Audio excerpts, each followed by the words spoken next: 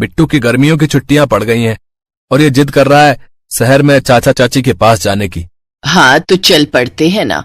वैसे भी रजत और निशा बहू को गांव में आए हुए सालों बीत गए हैं, इसी बहाने हम उनसे मिल भी लेंगे। ये ठीक रहेगा। मैंने भी शहर सिर्फ फिल्मों में ही देखा, इस बार घूम भी आएंगे। मैं आज ही सामान बांध देती हूँ। लेकिन मैं पहले ही कह देती हूँ, मैं अपनी धन्नो को अकेले छोड़कर नहीं जाऊंगी, मैं इसे भी अपने साथ ही ले जाऊंगी। हाँ हाँ ठीक है माँ, तुम उसे भी ले चलो, इसी बहाने बेचारी धन्नो भी शहर घुमाएगी। वर्मा परिवार के सभी सदस्य शहर में रहने वाले अपने बेटे बहू के बताए हुए पते पर पहुंच जाते हैं। दरवाजे की घंटी बजती है। रजत डार्लिंग, देखो ना कौन है। छुट्टी वाले दिन भी आराम से नहीं सोने देते। तुम ही खोल दो ना। निशा दरवाजा खोलती है तो सामने गांव से आया हुआ उसका पूरा ससुराल खड़ा होता है, जिन्हें देख वो हैरान रह जाती है। आप सब यहाँ? हाँ बहू, बड़ा मन था तुम लोगों से मिलने का तो चले आए। ओह अच्छा किया, आइए ना। अरे ये आवाज कैसी? धन्नो भी आई है देवरानी जी। क्या अब गाय को यहाँ लेकर आए हो? हाँ तो मैं क्या उसे अकेला छोड़ती? अब बताई से कहाँ रखूं? हाय मेरा बिटवा, देख तो कैसे सूख गया है, और तू भी। अब तुम दोनों को गाय का दूध पिलाऊंगी, फिर देखना कैसे सेहत बनती है तुम्हारी। सासू माँ इसे सूखना नहीं फिट होना कहते हैं। माँ लाओ, इसे मैं बालकनी में बांध देता हूँ। फ्रेश होने के बाद सभी चाय नाश्ता करते हैं।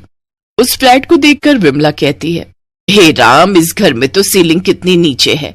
अगर अपने गांव के मुखिया यहाँ आते तो वो तो इसमें घुस ही नहीं पाते, उनका तो सर ही टकरा जाता। माँ ये शहर है, यहाँ लोग ज्यादा हैं और जगह कम है, इसलिए ये छोटे छोटे घर बनाने पड़ते हैं। उफ, इन गवार लोगों को किसने बुला लिया यहाँ, बिना बताए अटप के बस। उस रोज निशा सबके लिए गैस पर खाना बनाती है। अगले दिन निशा और रजत दोनों अपने अपने काम पर निकल जाते हैं। दीदी, हम दोनों को ऑफिस के लिए लेट हो रहा है, आप खाना देख लेना और हम दोनों की चिंता मत करना, हम बाहर ही खा लेंगे।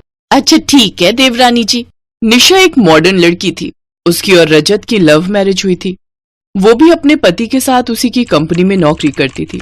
वो शहर में ही रहते थे। कुछ देर बाद वो दोनों ऑफिस के लिए निकल जाते हैं। उनके जाने के बाद विमला हाथ में लोटा और नीम की टहनी लिए बालकनी में जाती है।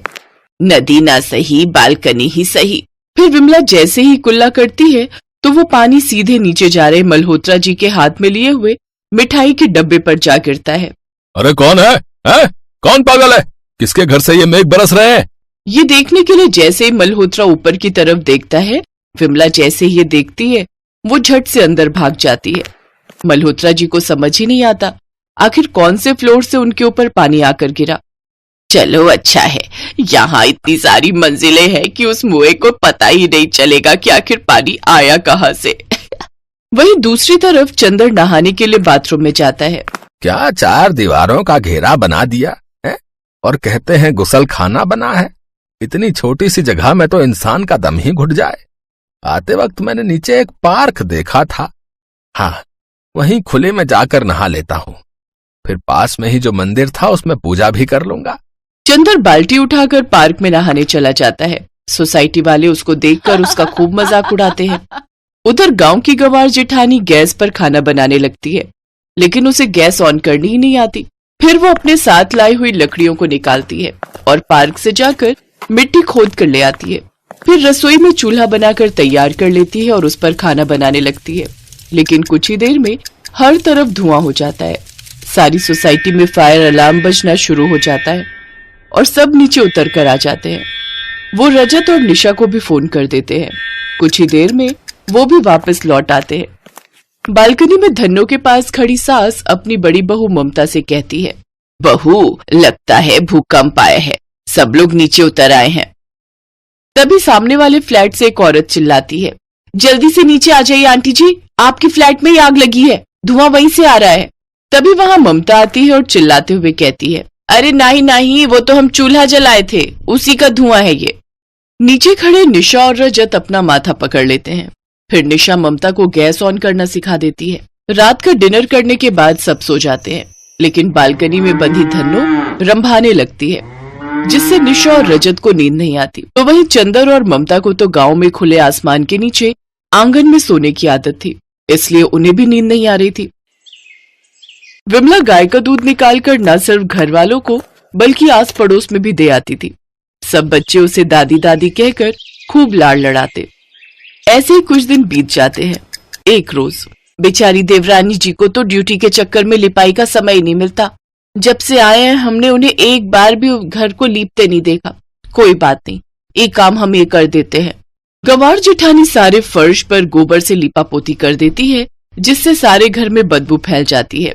तो वहीं सास विमला उपले बनाकर हर जगह सूखने रख देती है। शाम को निशा और रजत वापस घर लौटते हैं तो ये नजारा देख निशा गुस्से में रजत से कहती है, रजत अपने इन गंवार घर वालों को यहाँ से चलता करो, नहीं तो ये हमें इस सोसाइटी में रहने लायक नहीं छोड़ेंगे और हमारी इज्जत का फालूदा करेंगे वो अलग। तुम्हें पता है सोसाइटी का सेक्रेटरी मुझसे कंप्लेन कर रहा था कि तुम्हारा भाई छत पर लुंगी में सो जाता है, जिससे लेडीज छत पर योगा करने नहीं जा पाती। हर जगह गाय की गोबर की बदबू आती है। अगर तुम इन्हें घर से नहीं निकाल सकते तो डिवोर्स पेपर पर साइन करने के लिए तैयार रहना। ये सुनकर ससुराल वालों को अपनी गलती का एहसास होता है और ममता उनसे कहती है, माफ करना देवरानी जी, हम ठहरे गांव के गंवार, हमें ये शहरी तौर तरीके नहीं मालूम और हमारी वजह से तुम दोनों अलग मत हो। हम आज ही वापस अपने गांव चले जाएंगे। लेकिन तभी सोसाइटी के बच्चे और आस पड़ोस के लोग वहां आ जाते हैं। नहीं दादी माँ, आप मत जाओ ना, हमें गाय का दूध पीने को कौन देगा। हाँ आंटी जी, भाई साहब, बहन जी, आप सबके यहाँ रहने से हमें अपने गांव की याद नहीं आ रही थी। मजबूरी के कारण हम सब शहरों में रुके हैं, नहीं तो आज भी हम सबके अंदर अपने गांव की मिट्टी बसी है। उन सब की बातें सुनकर निशा को भी अपनी गलती का एहसास होता है और वो भी अपनी सास से माफी मांगती है। फिर कुछ दिन और उन्हें अपने साथ रुकने के लिए मना लेती है। सबके कहने पर अब वो कुछ दिन और वहीं रहते हैं। अब वो सब एक साथ बहुत खुशी से रहते हैं। दीदी, ये वाला सवाल देखो ना, समझ नहीं आ रहा। कौन सा? ये वाला? अरे पगली, ये तो बहुत आसान है। देख, पहले इसे जोड़ना है और फिर इसमें से घटा देना है, सिंपल। अरे हाँ दीदी, तुमने तो कितनी आसानी से कर दिया और मैं कब से माथा मार रही थी। कई बार माथा मारने की जरूरत नहीं होती, बस नजरिया बदलने से बात बन जाती है। सही कहती हो दीदी। अच्छा ये बताओ, वो कॉलेज का फॉर्म भर दिया तुमने? नहीं, मैं नहीं भरूंगी उसे, मैंने तो कुछ और सोचा है। हैं? ऐसा क्या सोचा है? मुझे भी बताओ। मुझे यहाँ गांव में रहकर नहीं पढ़ना। अपने गांव के कॉलेज में ना तो मेरा मनपसंद कोर्स है और ना अच्छे टीचर्स। मुझे तो शहर जाकर पढ़ना है। हाय राम, शहर जाओगी? और तुम्हारे साथ कौन रहेगा वहाँ? कोई नहीं, मैं अकेली रहकर पढ़ाई करूंगी वहाँ। क्या अकेली रह लोगी दीदी? हाँ, उसमें कौन सी बड़ी बात है। अरे 12वीं में इतने अच्छे नंबर लाने का क्या फायदा अगर सारी जिंदगी गांव में ही बितानी है तो। वो बात तो ठीक है दीदी, लेकिन अपने गांव का माहौल तो तुम्हें पता है ना। यहाँ लड़कियों को स्कूल ही बहुत कम लोग भेजते हैं और तुम शहर जाकर। बस इसी सोच ने तो बेड़ा गर्क करके रखा है। ये बात तो सही है दीदी। सच बताऊं तो मुझे भी शहर जाकर पढ़ने में कोई बुराई नहीं लगती, बस वहाँ के टिमटाम से डर लगता है। टिमटाम मतलब? दीदी, मेरी एक दोस्त बता रही थी, उसके मामा की बेटी गांव से शहर गई थी पढ़ने, लेकिन वहां जाकर एक नंबर की घमंडी और बदतमीज हो गई वो। और तो और तुम्हें पता है, वो तो सिगरेट भी पीने लगी है। तो क्या हुआ, शहर की जिंदगी अलग है, लोग बदल ही जाते हैं वहां जाकर। नहीं दीदी, तुम अगर शहर जाओ तो कभी मत बदलना। ऐसे कह रही है जैसे कल ही जा रही हूँ मैं। अभी तो बाबा को मनाना है, जो सबसे मुश्किल काम है। तुम फिक्र मत करो दीदी, हम दोनों मिलकर बाबा को मना ही लेंगे। सीमा और माला सगी बहनें थी। सीमा छोटी थी और माला बड़ी। दोनों ही पढ़ने में बहुत होशियार थी। माला ने हाल ही में बहुत अच्छे नंबरों से 12वीं की परीक्षा पास की थी और अब वो शहर जाकर बीकॉम की पढ़ाई करना चाहती थी। उसके पिता लालचंद के गांव में कई खेत थे। वो माला को पढ़ने के लिए शहर भेज सकते थे, लेकिन फिर भी उन्हें मनाना इतना आसान नहीं था। क्या शहर? ना बिटिया, जो करना है यहीं रहकर कर लो। वहाँ अकेली कैसे रहोगी? रह लूंगी बाबा, मैंने सब पता कर लिया है। कॉलेज का अपना हॉस्टल है जहाँ स्टूडेंट्स आराम से रह सकते हैं। सब कुछ बहुत अच्छा है वहाँ, मेरा यकीन कीजिए। वहाँ जाकर मेरी जिंदगी बदल जाएगी, सच में। बिटिया, तुम्हारी माँ को तुम्हारी जरूरत है। सारी जिंदगी घर संभालते संभालते थक गई है वो। और वैसे भी तुम तो पढ़ने में इतनी होशियार हो, यहाँ गाँव से भी बहुत कुछ कर सकती हो। फिर शहर जाने की क्या जरूरत? जरूरत है बाबा, क्योंकि दीदी का मन है शहर जाकर पढ़ने का। आप उन्हें जाने दीजिए और मैं हूँ ना यहाँ माँ के साथ। मैं यही रहूंगी हमेशा, ये वादा है मेरा। सीमा की बात सुनकर लालचंद माला को शहर भेजने के लिए तैयार हो जाता है। माला शहर के एक नामी कॉलेज में एडमिशन ले लेती है और वहीं हॉस्टल में रहकर पढ़ने लगती है। वो गांव से शहर अपने बेहतर भविष्य को सजाने के लिए गई थी, लेकिन धीरे धीरे उसके लिए बाकी चीजें ज्यादा जरूरी हो गई। सीमा का डर सही साबित हो रहा था। माला शहर जाकर बदलती जा रही थी। माला, तैयार रहना, आज रात का प्लान है, वार्डन के सोने के बाद निकलेंगे सब। अच्छा ठीक है यार, बट कल एग्जाम है। अरे यार, अब तू नाटक मत शुरू कर, एग्जाम्स तो आते ही रहते हैं, लेकिन डिस्को पार्टी का ये मौका बार बार नहीं मिलता।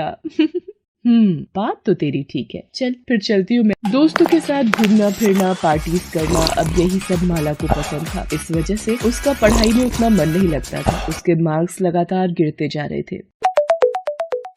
दीदी, मैंने नेट पर देखी तुम्हारी मार्कशीट, नंबर तो बहुत कम है दीदी। हाँ तो क्या हुआ, अगले सेमेस्टर में कवर कर लूंगी मैं। वैसे तूने ये बात बाबा को तो नहीं बताई? ना दीदी, अभी तो नहीं बताई, लेकिन उन्हें बताना तो पड़ेगा ना, वो पूछेंगे तो। नहीं, उन्हें कुछ भी बताने की जरूरत नहीं है। मैं घर आऊंगी छुट्टियों में तो संभाल लूंगी सब, बस तू अपना मुंह बंद ही रखना, समझी? चल अब फोन रखती हूँ मैं, मेरे दोस्त बुला रहे मुझे। दीदी, ये सब सही नहीं है। तुम शहर पढ़ने गई हो या ये सब करने? तू एक नंबर की गंवार और बेवकूफ है सीमा। ये सब शहर में रहने के तौर तरीके हैं, समझी? दोस्तों के साथ थोड़ी सी ड्रिंक कर ली तो क्या हुआ, कुछ गलत नहीं है इसमें। ना दीदी, जो गलत है सो गलत है। तुम वापस आ जाओ, तुम्हारा कॉलेज तो खत्म ही होने वाला है ना। तू पागल है क्या? मुझे गांव वापस कभी नहीं आना। तो अब वहाँ रहकर करोगी क्या? तुम्हारे मार्क्स भी ऐसे नहीं है कि कोई अच्छी नौकरी मिल जाए तुम्हें। तो क्या हुआ? अरे सीमा, मुझे शहर जाकर समझ में आया है कि असल में ये पढ़ाई वढ़ाई से कुछ भी नहीं होने वाला। मैंने तो अपनी लाइफ सेट कर ली है। क्या मतलब? देख, मेरे कॉलेज में एक लड़का है राजीव, वो लट्टू है मुझ पर। उसके पापा बहुत बड़े आदमी हैं। बस अब राजीव से शादी करनी है मुझे तो। क्या दीदी, ये सोचकर तो नहीं गई थी तुम शहर? तुम्हें तो अपना करियर बनाना था ना। और वैसे भी बाबा इस शादी के लिए नहीं मानेंगे। नहीं मानेंगे तो ना माने, राजीव मुझसे हर हाल में शादी करने को तैयार है, समझी तू? और रही बात करियर की, तो एक अमीर खानदान में शादी हो जाए और क्या चाहिए। मैं तो कहती हूँ कि तू भी समझदारी से काम ले। गांव में रहकर कुछ हासिल नहीं होगा तुझे। चल मेरे साथ शहर, लाइफ सेट हो जाएगी तेरी भी, बिल्कुल मेरी तरह। नहीं दीदी, तुम्हें ही मुबारक हो ये सब, मैं यही गाँव में ही खुश हूँ। माला अपने परिवार की मर्जी के खिलाफ शहर में शादी कर लेती है। उसका पति राजीव अपने पिता का बिजनेस संभालने लगा। एक अमीर घर की बहू बनने के बाद माला ने कभी पलट कर नहीं देखा, यहाँ तक कि उसने कभी किसी को अपने माता पिता और बहन के बारे में भी नहीं बताया। वो नहीं चाहती थी कि गांव में रहने वाले उसके परिवार के बारे में कोई जाने और इस बात को लेकर उसकी रेपुटेशन खराब हो। दूसरी तरफ सीमा ने गांव में ही रहकर न सिर्फ अपनी पढ़ाई पूरी की, बल्कि अब वो अपने साथ साथ अपने गांव का भविष्य भी संवार रही थी। आज उसने गांव के गरीब बच्चों को पढ़ाया, गरीब किसानों को सरकार की योजनाओं से जुड़ने में मदद की, लोगों को नई तकनीकों के बारे में बताया, जिससे गाँव में बहुत प्रगति। सीमा बिटिया, तुम्हारी वजह से अपने गांव की तो सूरत ही बदल गई। सच में लालचंद जी, साक्षात माँ सरस्वती है आपकी बिटिया।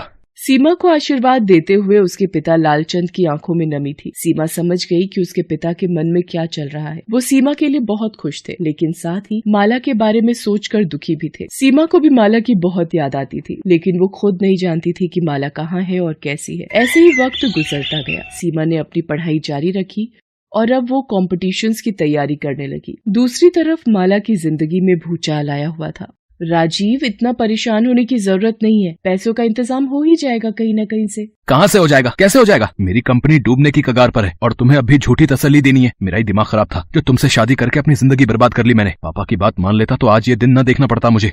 क्या मतलब है तुम्हारा? मैंने क्या किया है?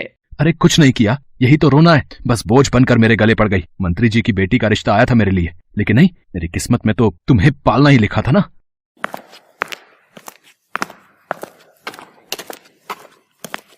माला, जल्दी से तैयार हो जाओ, तुम्हें मेरे साथ चलना है। लेकिन कहाँ? मुझे पता चला है कि अपने बैंक में नई मैनेजर ने ज्वाइन किया है। लेडीज है तो तुम्हारे बात करने से ज्यादा फर्क पड़ेगा। तुम कैसे भी उन्हें मना लेना। अब सब तुम्हारे हाथों में, कुछ भी करके लोन माफ होना चाहिए, समझी? राजीव और माला बैंक समझते हैं। बड़ी मुश्किल से उन्हें बैंक मैनेजर का अपॉइंटमेंट मिलता है। राजीव बात करने के लिए माला को अकेले भेजता है। माला जैसे ही बैंक मैनेजर को देखती है, उसकी आंखें खुली की खुली रह जाती हैं। सीमा, तू? बैंक की नई मैनेजर कोई और नहीं बल्कि माला की छोटी बहन सीमा थी। दोनों बहनें इतने सालों बाद एक दूसरे के सामने थी, लेकिन अब सब कुछ बदल चुका था। सीमा पढ़ लिख कर बैंक मैनेजर बन चुकी थी और माला उसी बैंक की कर्जदार। सीमा ने फौरन अपनी कुर्सी से उठकर माला को गले से लगा लिया। माला की आंखों से आंसू बहने लगे, जिसके साथ उसका सारा घमंड भी बह गया। हालांकि वो चाहकर भी वो न कर सकी जो राजीव ने उससे करने को कहा था।